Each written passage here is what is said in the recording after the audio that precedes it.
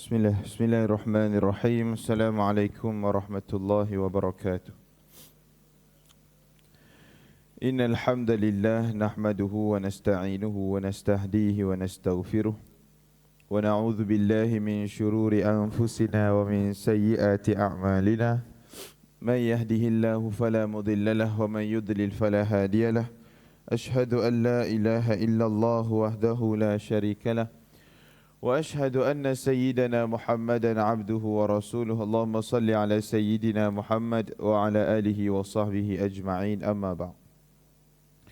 Pertamanya yang saya muliakan kepada pengerusi dan juga ahli jawatan kuasa Surau Nurul Ikhlas, barisan imam, barisan Bilal dan mereka yang membantu dalam pengurusan dan juga pentadbiran surau, seterusnya yang dikasihi ahli qaryah, ahli jemaah, haji-haji dan hajah-hajah yang dirahmati Allah sekalian.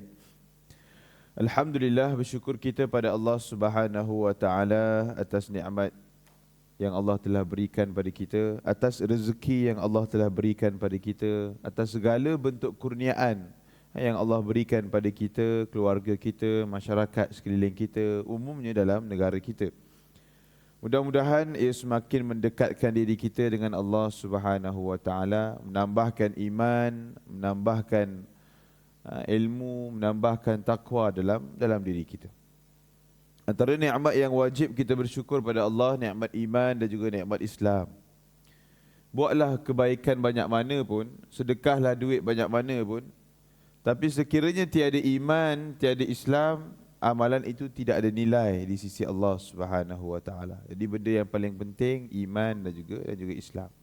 Begitu juga dengan nikmat kesihatan. Kita sekarang berada dalam satu fenomena iklim ataupun cuaca yang tidak menentu. Cuaca panas. Buka aircon tak rasa aircon. Berkali-kali tanya aircon dah buka ke belum. Duk tanya je sebab panas sangat. Itulah, walaupun duduk dalam centralized aircon. Bukan aircon biasa ni, aircon centralized. Kat office ni biasa pakai centralized, pun dia tak rasa juga sejuk. Sebab apa? Bahang di luar tu memberi kesan juga terhadap kita yang berada dalam bangunan. Inilah kesan pemanasan global yang sedang berlaku pada masa sekarang. Akibatnya beberapa kematian telah dicatatkan. Banyaklah juga kematian yang berlaku. Stroke haba kesan daripada pemanasan global. Kita pun kadang-kadang akan rasa pening kepala, demam, sakit tekak dan sebagainya, kesan-kesan daripada perubahan ataupun iklim yang tidak stabil pada masa sekarang ini. Mudah-mudahan Allah kembalikan. Ini baru ujian. Kita boleh lihat bagaimana keadaan manusia ni, kita tak boleh nak buat apa-apa pun. Allah datangkan ujian dalam bentuk cuaca, ujian dalam bentuk iklim. Kita tak boleh nak buat apa, mampu berdoa je. Mudah-mudahan Allah kembalikan balik cuaca menjadi seperti sedia kala, bukan seperti yang sekarang ni lah. Itulah limitasi kita sebagai seorang manusia. Ada benda yang boleh kita ubah dengan tangan kita, tapi ada benda yang kita hanya mampu berdoa dan bertawakal sahaja pada Allah Subhanahu wa taala. Jadi berdoalah pada Allah, mudah-mudahan Allah kembalikan semula cuaca yang baik, khususnya dalam negara kita. Dan jaga juga pemakanan kita.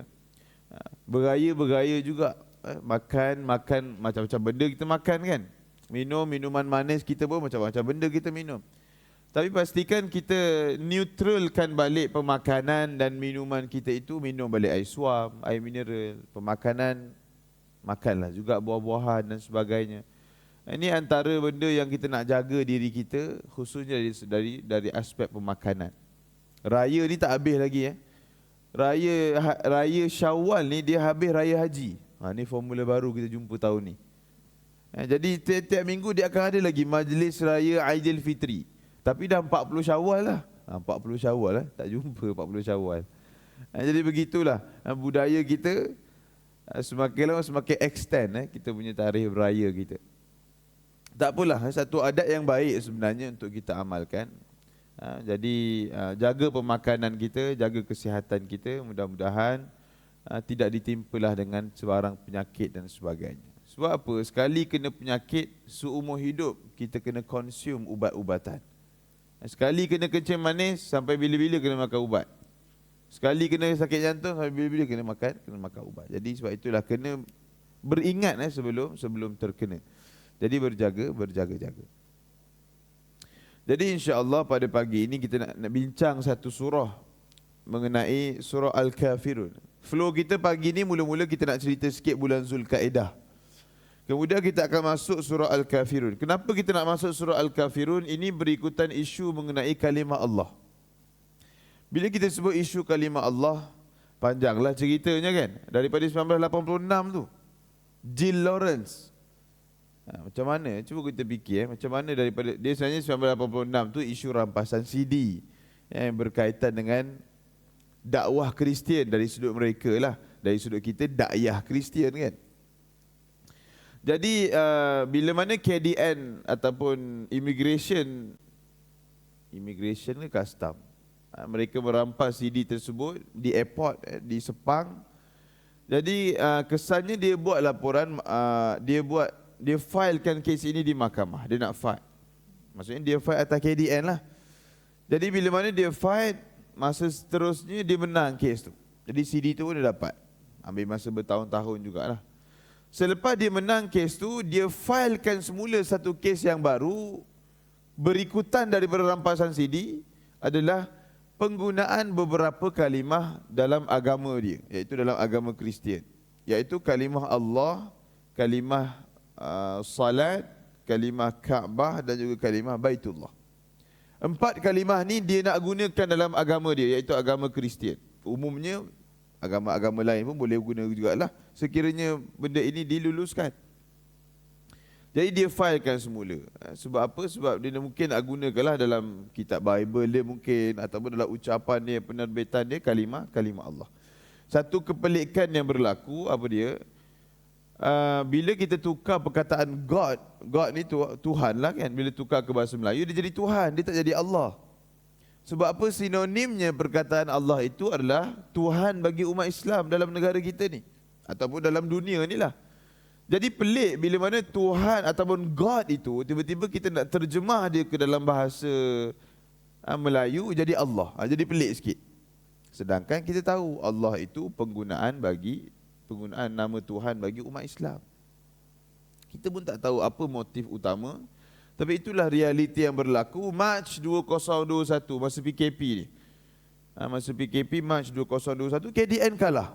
Dah berapa kali kalah dah. First kalah dekat rampasan CD. Kalah dah. Yang kedua kalah dekat Mac 2021. Maksudnya dibenarkan penggunaan 4 kalimah itu untuk orang bukan Islam. Maka kerajaan waktu itu masuk rayuan, mahkamah rayuan. Sepatutnya proceedingnya pada tahun ni. Jadi sebab itulah timbul isu, tiba-tiba last minute kerajaan pun tarik balik kes berkenaan.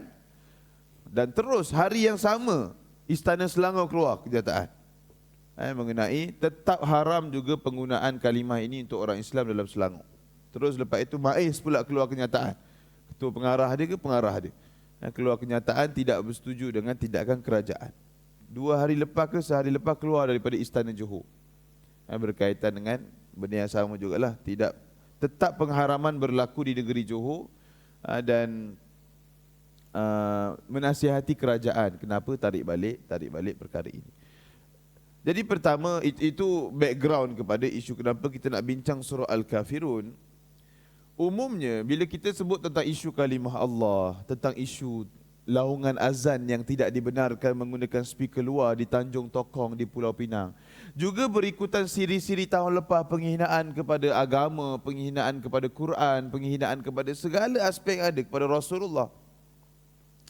Semua ini pertama, lihat isu yang berlaku ini bukan dengan kacamata politik. Itu pertama. Jangan tengok isu ini dengan sentimen-sentimen yang ada. Kalau kita lihat isu yang berlaku ini dengan sentimen politik, tetap akan bergaduh. Lihat, buang benda ni, buang pakaian politik kita sekejap. Lihat isu yang berlaku ini dengan kacamata sebagai seorang Islam. Berteraskan apa dia? Berteraskan surah Al-Kafir. Ni lama dah Allah sebut ni. 1444 tahun yang dulu Allah sebut surah Al-Kafirun, iaitu pemisah antara agama Islam dan juga bukan Islam. Dah sebut lama dah. Tinggal bagaimana kita nak respon terhadap isu yang berlaku menggunakan surah Al-Kafir. Jadi itulah mukadimah kita lah, untuk kita bincang. Sebab itulah kita tadabbur surah Al-Kafirun berikutan isu semasa yang sedang berlaku sekarang. Pertamanya bulan Zulkaidah. Bila kita sebut Zulkaidah, Zulkaidah merupakan bulan ke-11 daripada bulan 12. Daripada 12 bulan Islam. 12 bulan Islam, Zulkaidah bulan yang ke-11. Jadi kita nak sampai dah kepada penghujung tahun Islam. Pada penghujung tahun Islam. Maksudnya lepas ni 1445 lah kan hijrah. Jadi bila tebut tentang bulan Zulkaidah, sama juga seperti bulan-bulan yang sebelumnya. Dia ada sebab kenapa ia dinamakan bulan Zulkaidah. Sebelum ni kita ada bulan Ramadan. Ramadan maksudnya musim panas. Selepasnya kita ada bulan Syawal. Syawal maksudnya semakin menaik, semakin meninggi, semakin meningkat. Apa yang meningkat, apa yang meninggi? Ia merujuk kepada kedudukan manusia di sisi Allah Subhanahu wa taala. Sebab itulah penamaan Syawal itu dia berkait rapat dengan Ramadan. Kedudukan manusia itu semakin tinggi di sisi Allah, kesan sebulan kita beramal dalam bulan Ramadan. Bermacam-macam amalan kita buat. Dengan ibadah puasanya, tarawihnya, qiyamul lailnya, bacaan Quran, tadarusnya, sedekahnya, semua benda kita buat. Dan minima dosa yang kita lakukan. Jaranglah orang sengaja nak buat dosa bulan Ramadan ni. Melainkan dia tak sedar yang dia buat dosa. Ataupun dia dah terbiasa dengan perbuatan tu. Contoh macam mengumpat. Mengumpat ni satu perbuatan yang orang kadang-kadang tak perasan dia mengumpat. Dia tengah lepak-lepak kan dengan kawan-kawan dia. Aku perasan mamak tu dah lama lah tak datang masjid, tak datang surau. Dia pergi mana? Dia memang jenis tak ada datang surau dah ke? Dia duduk bercakap. Dia tak sedar pun dia bercakap pasal dia tak sedar dia tengah mengumpat orang tu. Dan ada juga jenis orang yang mengumpat ni ya. Dia tengah-tengah cakap pasal orang tu, aku bukanlah nak mengumpat dia, tapi ya dia ada tapi. Tapi tu dia nak justify balik mengumpat dia. Macam seolah-olah nak membenarkan balik mengumpat dia tadi. Jadi mengumpat dia tetap mengumpat.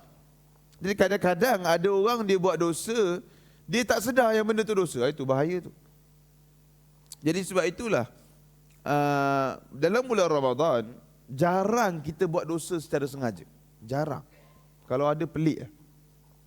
Jadi selepas dan klimaks dalam bulan Ramadan adalah ketika mana kita diampunkan oleh Allah Subhanahu wa taala dosa kita. Ketika mana diampunkan dosa kita, masuk dalam bulan Syawal, automatik darjat kita, kedudukan kita di sisi Allah semakin menaik. Darjat ni dalam bahasa dunia disebut sebagai kasta. Kasta ini dia ada beberapa elemen yang dilihat. Antara negaranya melihat elemen keturunan. Engkau lahir keturunan sekian-sekian, engkau ni orang mulia. Engkau lahir keturunan sekian-sekian, engkau ni orang bawahan. Orang macai lah orang kata. Ada setengah tempat yang menjadi kebiasaan kasta itu dilihat dari sudut jawatan yang dia ada.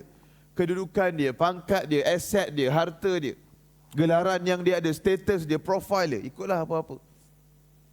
Contoh dia ada datuk, ada Tan Sri, level di atas sikit. Itu biasalah. Itu kebiasaan yang berlaku dalam kebanyakan tempat. Jadi itu adalah kasta di peringkat dunia. Bagaimana kasta di peringkat akhirat? Dia tak sebut kasta, dia sebut darjat. Dari perspektif syariah disebut darjat, kedudukan. Darjat ini dinilai melalui 3 elemen yang utama. Yang pertama iman, yang kedua ilmu dan yang ketiga takwa. Iman dan ilmu disebut dalam satu ayat. Yarfa'illahu alladhina amanu minkum walladhina utul ilma darajat. Ada iman, ada ilmu, semakin bertambah dua ini, semakin bertambah darjat dia di sisi Allah. Begitu juga yang ketiga takwa. Inna akramakum indallahi atqakum. Sesungguhnya yang paling mulia dalam kalangan kamu adalah yang paling bertakwa dalam kalangan kamu.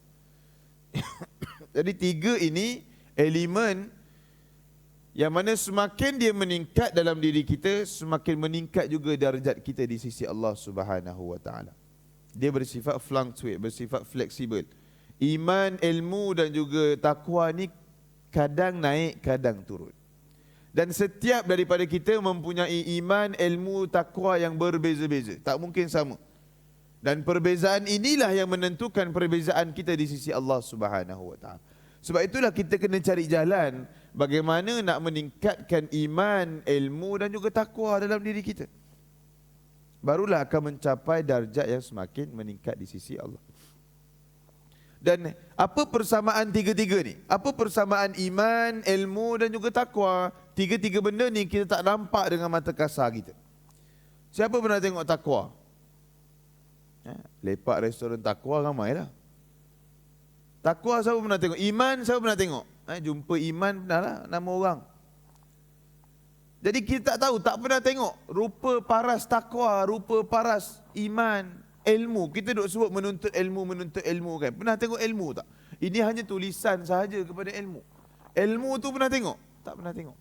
Inilah kehebatan yang ada pada agama kita. Teras kepada agama kita adalah benda yang kita tak nampak. Benda yang paling penting dalam Islam adalah kita sembah Allah. Allah pun kita tak nampak. Dosa, pahala, syurga, neraka semua kita tak nampak. Sebab itulah, inilah kehebatan yang ada pada agama Islam. 70% ayat dalam Al-Quran semuanya boleh dibuktikan secara kajian, secara saintifik. Cuma mungkin tengok pada peredaran zaman. Kadang teknologi itu tak cukup power lagi nak membuktikan ayat dalam Al-Quran. Hanya 10% sahaja ayat dalam Al-Quran yang menceritakan tentang ghaibiyat was sam'iyat, benda-benda gaib, benda-benda tak nampak. Tapi itulah teras utama dalam Islam. Benda yang di luar logikal akal, di luar kemampuan manusia untuk berfikir, itulah teras utama dalam agama kita. Benda yang kita tak nampak. Zaman dulu, zaman Renaissance dan sebagainya dulu kan, orang-orang barat, dia tak percaya hari akhirat. Dia tak percaya hari akhirat. Kenapa nak percaya hari akhirat? Apa bukti hari akhirat tu wujud? Dia pertikai dulu. Jadi memang tak boleh nak buktikan. Nak kaji macam mana, nak buktikan, tak boleh nak buktikan. Tapi lama kelamaan dah ada dah wording dalam bahasa Inggeris, hereafter. Apa tu hereafter? Hari akhirat. Jadi lama kelamaan diorang sendiri yang develop kefahaman tu. Diorang sendiri yang percaya benda tu. Walaupun tak nampak, tapi mungkin adalah kot petunjuk-petunjuk yang mungkin lead untuk mereka percaya perkara tersebut.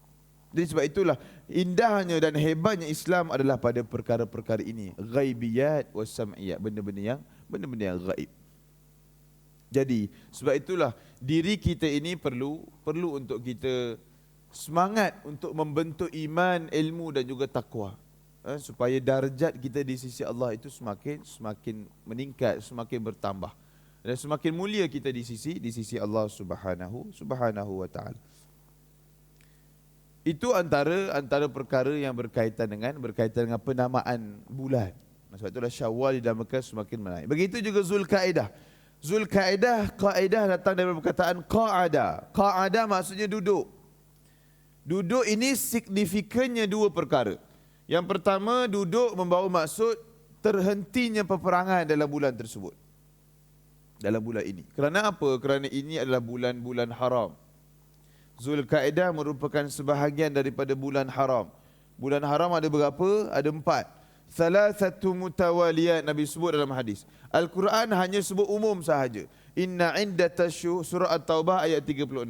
Inna iddatash syuhuri indallahi 12 syahra yauma khalaqas samawati wal ard minha arba'atun hurum. Sesungguhnya di sisi Allah ada 12 jenis bulan. Daripada 12 itu ada 4 bulan yang disebut bulan haram. Dan bulan haram ini tidak dijelaskan dalam Al-Quran, tapi dijelaskan dalam hadis. Hadis riwayat Muslim. Thalathatu mutawaliyat. 3 bulan haram ini berturutan. Zulkaidah, Zulhijjah, Muharram.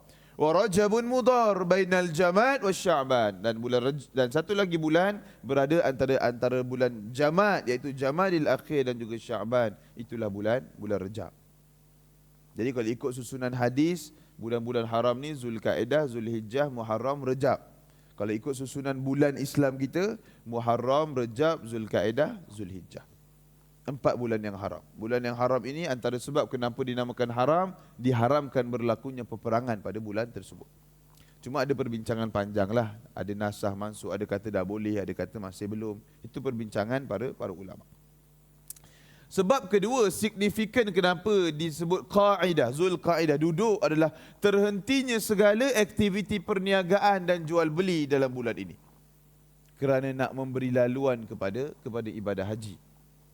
terhentinya sebarang bentuk aktiviti jual beli dan perniagaan dalam bulan ini untuk memberi laluan kepada ibadah haji.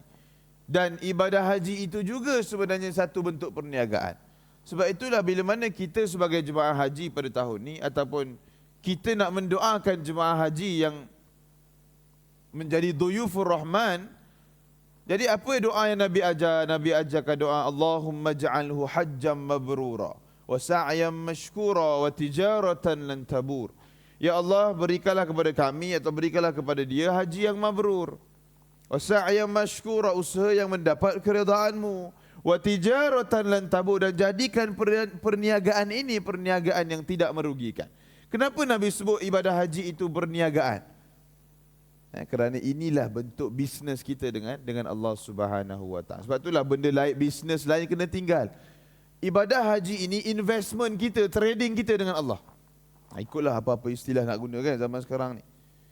Kerana apa? Kita labur duit, kita labur tenaga, kita labur masa kita untuk pergi buat ibadah haji. Dan tukar gantinya Allah akan bagi pahala. Allah bagi syurga, Allah bagi haji mabrur kepada kita. Itu trading yang berlaku. Sebab itulah bila kita sebut pergi buat ibadah haji, fokus utama kita adalah ibadah haji ataupun umrah. Fokus utama kita adalah umrah. Kena tinggal benda-benda yang melibatkan jual beli, melibatkan perniagaan ni. Masalah kita apa dia? Masalah kita terutama yang menjadi duta-duta produk. Masalah kita mereka yang mungkin ada bisnes kosmetik dan sebagainya, sampai di Kaabah, sampai di Masjid Nabawi, di Raudah dan sebagainya, dia pegang produk dia, dia pun selfie belakang Kaabah. Background dia Kaabah lah. Selfie. Alhamdulillah, produk saya dah sampai kat Kaabah dah. Tak percaya lagi ke? Pakat-pakat beli. Ini masalah. Ini masalah. Sedangkan Nabi dah sebut dalam satu hadis. Dalam satu hadis Nabi sebut, ketika Nabi terlihat seorang sahabat berjual beli dalam masjid. Berjual beli dalam, apa Nabi sebut? Semoga Allah tidak menguntungkan perniagaan kamu selama-lamanya. Allah, Nabi sebut begitu. Ayat Al-Quran pun ada sebut larangan untuk kita jual beli dalam masjid. Cuma dia adalah had dekat mana yang dibolehkan, dekat mana yang tidak dibolehkan. Sepakat para ulama sebut halaman utama ni tidak dibolehkan untuk jual beli. Halaman utama. Kalau ruang lega, khilaf para ulama. Ada sebut boleh, ada sebut tak boleh. Jadi larangan telah ada. Nabi pun telah sebut haji ini fokus ibadah kita dengan Allah, bisnes kita dengan Allah. Tinggalkan bisnes-bisnes dunia. Fokus bisnes ukhrawi, akhirat. Tinggalkan sekejap bisnes duniawi. Tapi masih lagi kita buat. Kita selit-selit juga ketika mana kita melakukan ibadah umrah ataupun haji. Jadi sebab itulah kena beringat. Takut-takut kesan daripada perbuatan itu lingkup terus bisnes kita. Takut-takut begitu. Cash biasanya kalau dekat Kaabah ni cash Allah bagi. Jadi sebab itulah kena berjaga-jaga. Ramai sebenarnya. Dia jadi satu trend tau. Tiap tahun orang akan pergi duk selfie depan Kaabah lah, Raudah lah, produk-produk dan sebagainya. Kemudian komersialkan, marketing kan. Ini satu benda yang tidak bagus. Dan bercanggah dengan matlamat utama untuk kita melakukan ibadah haji. Itu antara benda yang berkaitan dengan bulan Zulkaidah. Dan bulan Zulkaidah juga sebahagian daripada bulan haram. Apa benda bulan haram? Bulan haram ini dua maksud. Yang pertama, diharamkan oleh Allah kerana diharamkan peperangan. Yang kedua, bulan haram ini disucikan, dihormati oleh Allah. Kerana bulan-bulan haram ini dia berkait rapat dengan ibadah haji dan umrah. Bulan Rajab adalah bulan Nabi banyak melakukan ibadah umrah. Bulan Zulkaidah sebulan sebelum haji. Zulhijjah bulan haji. Dan Muharram sebulan selepas haji. 4 bulan ini dia berkait rapat dengan ibadah haji dan umrah. Sebab itulah dimuliakan 4 bulan tersebut.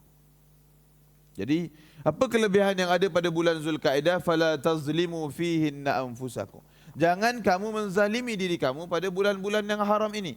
Setiap kezaliman, kemungkaran, kemaksiatan yang kita lakukan pada bulan haram, dosa yang kita dapat berlipat kali ganda berbanding ketika mana ia dilakukan pada bulan-bulan yang lain.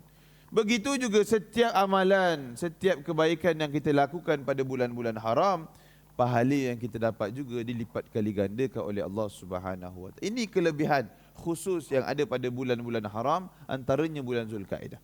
Jadi jangan lepaskan peluang kita. Jadikan bulan Zulkaidah ini bulan untuk kita kembalikan balik amalan yang kita dah lama tinggal yang kita buat di bulan Ramadan.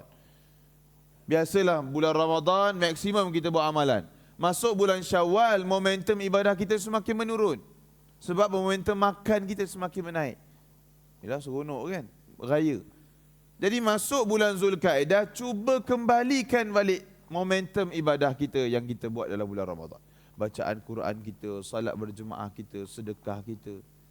Cuba datangkan balik.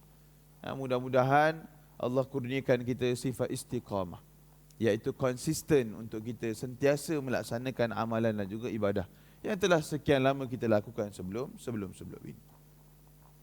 Itu pertama berkaitan dengan bulan Zulkaidah. Yang kedua, bulan Zulkaidah juga sebahagian daripada bulan-bulan haji. Allah berfirman, Al-Hajju Ashhurum Ma'lumat. Ibadah haji itu pada bulan-bulan yang diketahui.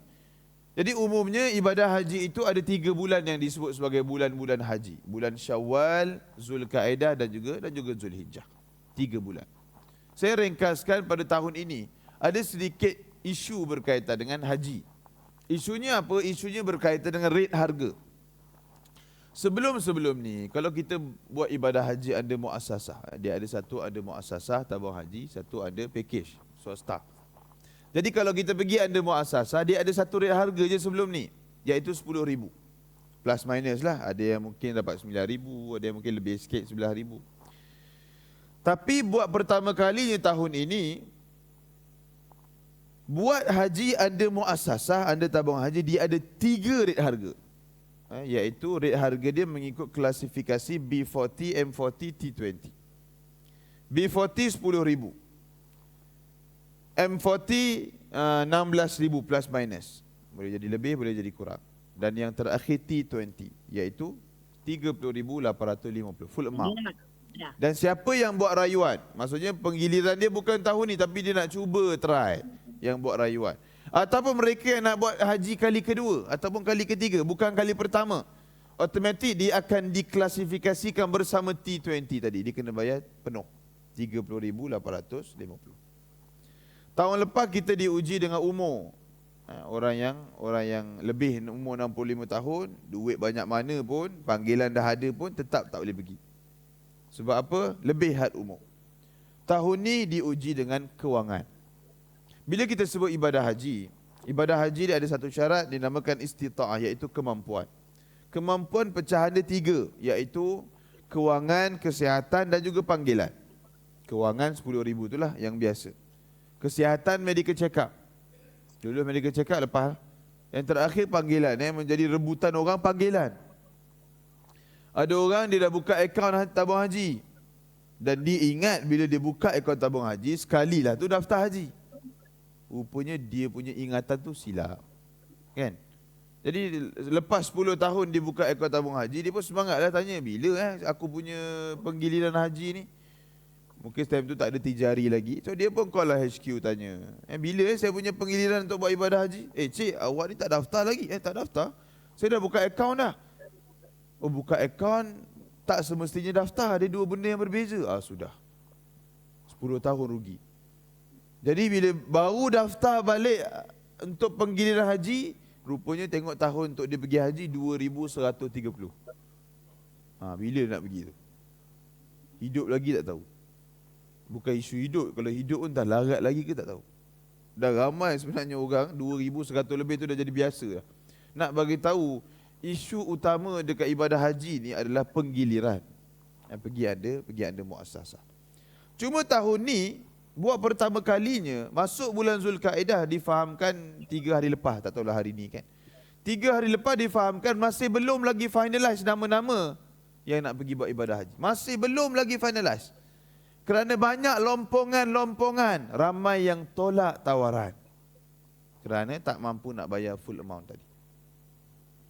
Ini kesal. Kenapa tiba-tiba tahun ni jadi isu begini? Kenapa tahun-tahun sebelum ni tak jadi isu pun? Ini isu yang datang berkait dengan subsidi. Panjang isu ni, boleh PM tepi lah, sebab dia ada isu-isu sensitif juga. Jadi dia isu subsidi tak mampu nak cover the whole package. Tak mampu nak cover. Jadi ada 30 ke 40% daripada jemaah haji terpaksa berhadapan dengan bayaran yang lebih daripada kebiasaan. Ramai yang tolak tawaran pada tahun ini. Jadi sebab itulah banyak lompongan-lompongan yang ada. Bila ceiling rate tabung haji 30,000, berapa pula harga minimum swasta? Dulu 25,000, 30,000 ni harga swasta. Tapi bila 30,000 tu harga muassasah, berapa pula harga package swasta? Dia akan jadi double lah, 60,000. Tapi package swasta ni tak pelik. Ada orang bayar 200,000 pergi buat haji. Ada orang bayar 200,000. Mula-mula dengar terkejut juga, 200,000 banyaknya. Tapi ada 200,000. Jadi itu antara orang kita, kemampuan kita lah. Tengok kemampuan kita. Kat mana yang kita ada kemampuan untuk buat dekat mana lah. Cuma masalahnya yang berlaku, ramai orang dah mula mempertikaikan istilah kemampuan dari sudut kewangan. Dia kata dia tolak tawaran haji sebab apa, nak kena bayar lebih 10,000. Contohlah dia kena bayar 16,000 atau dia kena bayar 30,000. Saya tak mampu ni ustaz. Saya tak mampu ni, 30,000 ni banyak. Saya tunggulah bila harga jadi biasa balik 10,000. Dia kata dia tak mampu dari sudut kewangan. Tuk lepas sebulan dia beli rumah harga 1 juta. Deposit 100,000, 10%. 100,000 dengan 30,000 lagi banyak. 100,000. Jadi orang dah mula mempertikaikan kemampuan dari sudut kewangan. Kau mampu beli rumah, kau mampu bayar 100,000 cash untuk bayar deposit rumah 1 juta kau beli. Tapi 30,000 ni kenapa kau cakap kau tak mampu? Orang dah mula bertikai. Jadi sebab itulah. Ini pun masih juga dalam perbincangan scholar kita lah, perbincangan cendekiawan kita, terutamanya dalam bab kewangan Islam. Sebab itulah timbul juga satu istilah baru, apa hukum buat loan, buat financing untuk pergi buat haji. Apa hukum buat? Memanglah berhutang untuk buat ibadah ni memang tak digalakkan. Tapi kalau tak berhutang memang takkan selesai ibadah tu. Tak ada option lain contohnya. Jadi datang, perbincangan itu pun datang. Datang untuk mungkin sebagai pemudah cara. Mereka yang mungkin memang tak ada solution berkaitan dengan kewangan. Jadi datanglah. Benda ni dia dah timbul untuk mungkin membantu mereka yang mungkin tak ada kemampuan langsung berkaitan dengan ibadah-ibadah yang memerlukan kewangan yang tinggi. Jadi itulah serba sedikit mengenai bulan Zulkaidah dan sebagainya. Seterusnya kita masuk pada surah Al-Kafirun. Surah Al-Kafirun surah Makkiyah, iaitu diturunkan di Mekah ataupun diturunkan sebelum hijrah. Kena faham konsep bila sebut Makkiyah atau Madaniyah, dia bukan semata-mata Makkiyah, Madaniyah. Bukan semata-mata itu. Kenapa datangnya istilah Makkiyah, Madaniyah ni nak bagi kita faham surah itu turun dalam keadaan negara itu bagaimana, kawasan itu bagaimana. Bila sebut Makkiyah Nabi masih berada di Mekah ataupun sebelum hijrah. Sebelum hijrah fasa pembentukan akidah. Di Mekah fasa pembentukan akidah. Selepas hijrah di Madinah, fasa development ibadat. Sebab itulah ibadah puasa, ibadah zakat, semua datang 2 hijrah, 3 hijrah. Semua datang lepas Nabi hijrah. Sebab development ibadat itu datang ketika Nabi di Madinah. Ketika Nabi di Mekah, tidak ada lagi ibadah-ibadah yang spesifik begitu. Kerana fokus utama adalah akidah, iaitu mentauhidkan Allah. Jadi sebab itulah surah Al-Kafirun ini turun ketika mana Nabi berada di Mekah. Fasa-fasa pembentukan akidah. Ada 6 ayat dalam surah Al-Kafirun.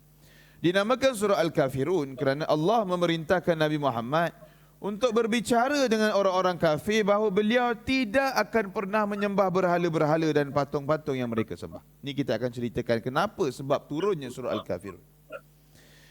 Surah ini merupakan pembebasan dari perbuatan kaum musyrikin dan ikhlas beramal kerana Allah. Pembebasan daripada perbuatan kaum musyrikin. Perbuatan kaum musyrikin sembah berhala, sembah patung-patung. Jadi kita nak bebaskan diri kita daripada perkara-perkara tersebut. Surah ini juga, ini poin yang penting. Surah ini juga meletakkan perbezaan yang absolut antara iman dan juga kufur. Ini poin yang paling besar sekali. Surah ini dia meletakkan pemisahan yang utama, border antara iman, antara Islam dan juga bukan Islam dan juga kufur. Ini poin penting.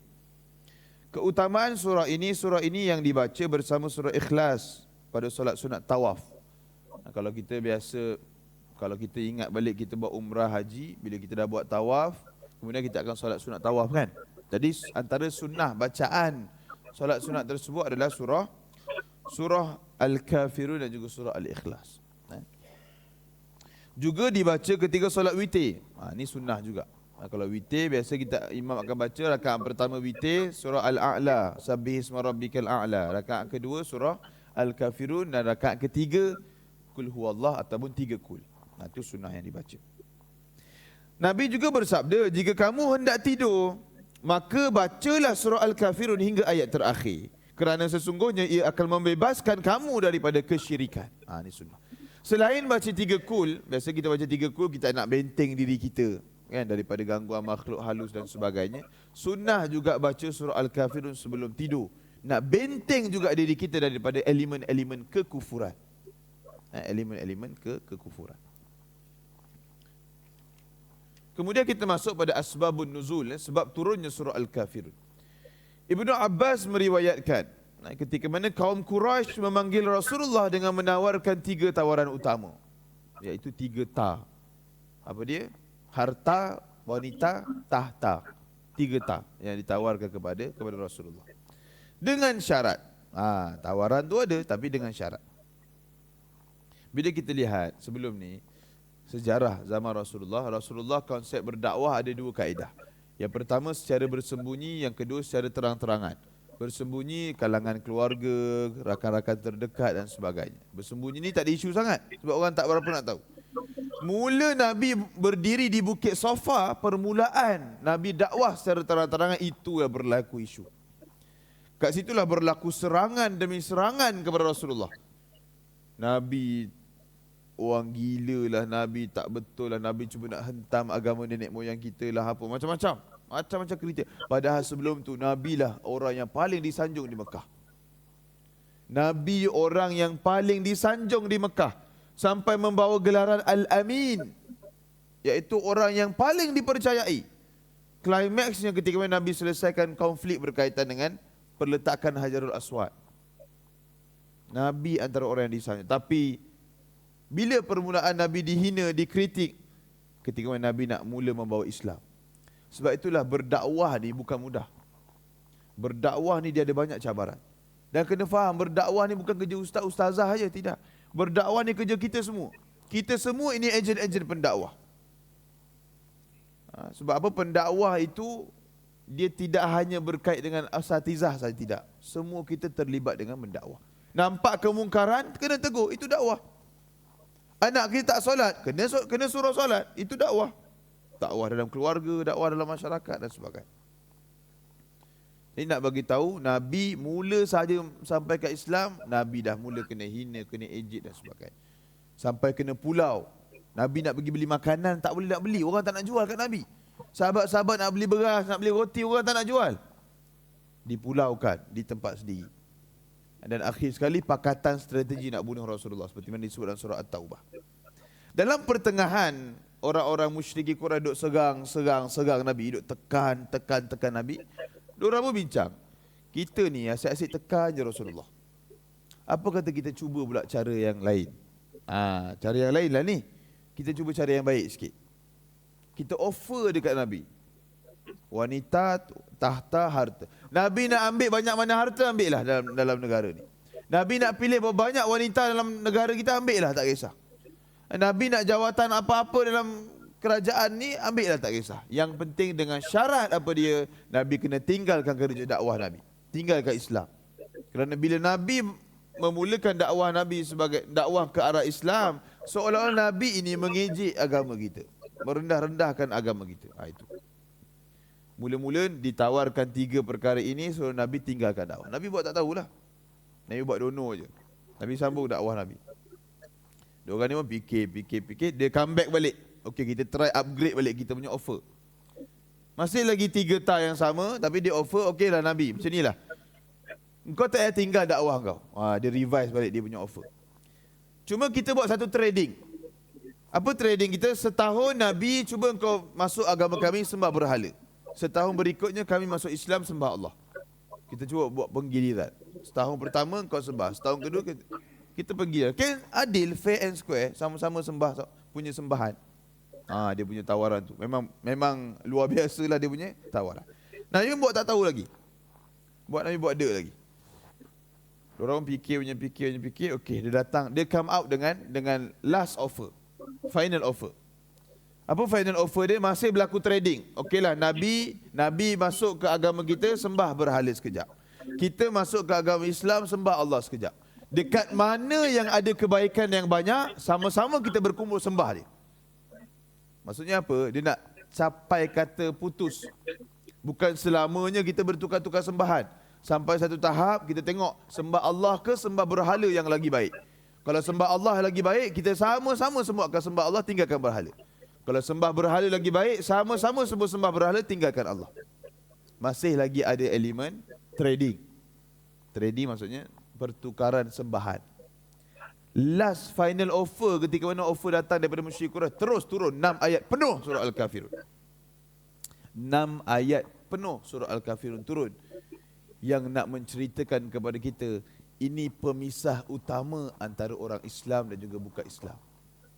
Ada benda, ada persamaan antara agama kita dan juga agama lain. Ada benda dia tidak boleh ada persamaan. Sebab itulah kita kena faham dua konsep yang berbeza, konsep plurality dalam agama dan konsep pluralism dalam agama. Ini dua konsep yang berbeza. Konsep pluralisme yang dibawa dalam filem Mentega Terbang, iaitu mencampur adukkan semua kefahaman agama yang ada. Inilah kefahaman yang bercanggah dengan surah Al-Kafirun. Haram, boleh jatuh kufur kalau kita terlibat dengan pluralisme. Sebab dia melibatkan akidah. Kita orang agama Islam, tiba-tiba kita nak mempercayai dan implementasi hukum karma daripada Hindu, daripada Veda. Haram. Tiba-tiba kita nak cuba mengamalkan Feng Shui ataupun Yin Yang dalam kehidupan kita. Haram hukum dia. Sebab apa? Itu adalah kefahaman yang bersifat agama, teologi dalam mereka. Dia bukan budaya semata-mata. Sebab itulah ada perayaan yang boleh kita sambut, boleh kita wish. Ada perayaan yang tak boleh kita wish. Kenapa Merry Christmas boleh, tak boleh kita wish, tapi Chinese New Year boleh kita wish? Kenapa? Kerana perbezaan dari sudut, ada satu hanya budaya. Ada satu dia berkait dengan agama. Jadi isu yang berlaku berkaitan dengan isu kalimah Allah, isu azan dan sebagainya. Datang beberapa kelompok dalam orang Islam yang memiliki sifat empati dan simpati yang terlampau tinggi. Ketika mana berlakunya insiden diharamkan, tidak dibenarkan azan menggunakan speaker luar di Tanjung Tokong di Pulau Pinang. Nak azan guna speaker dalam. Ada alternatif lain, azan guna WhatsApp. Macam mana tu? Azan guna WhatsApp. Jadi ketika mana datang cadangan-cadangan begini, ada orang Islam ada yang respon, alah tak apa dah, ikut je lah. Manalah tahu kalau guna speaker luar ni ganggu ketenteraman awam. Ada orang respon begitu. Jadi adakah respon itu betul? Begitu juga isu kalimah Allah yang berlaku sekarang. Ada orang Islam yang respon, alah biar je lah orang bukan Islam guna kalimah Allah. Manalah tahu dekat dengan hidayah nanti. Macam mana? Logikalnya macam betul juga kan? Manalah tahu orang dekat dengan agama Islam kalau sebut kalimah Allah. Logikalnya macam betul. Tetapi betul ke respon isu tersebut? Jawapannya salah. Kerana apa? Respon itu bercanggah dengan apa yang digariskan dalam surah Al-Kafirun. Surah Al-Kafirun menggariskan 3 elemen utama yang tidak ada titik temu antara agama Islam dan juga agama bukan Islam.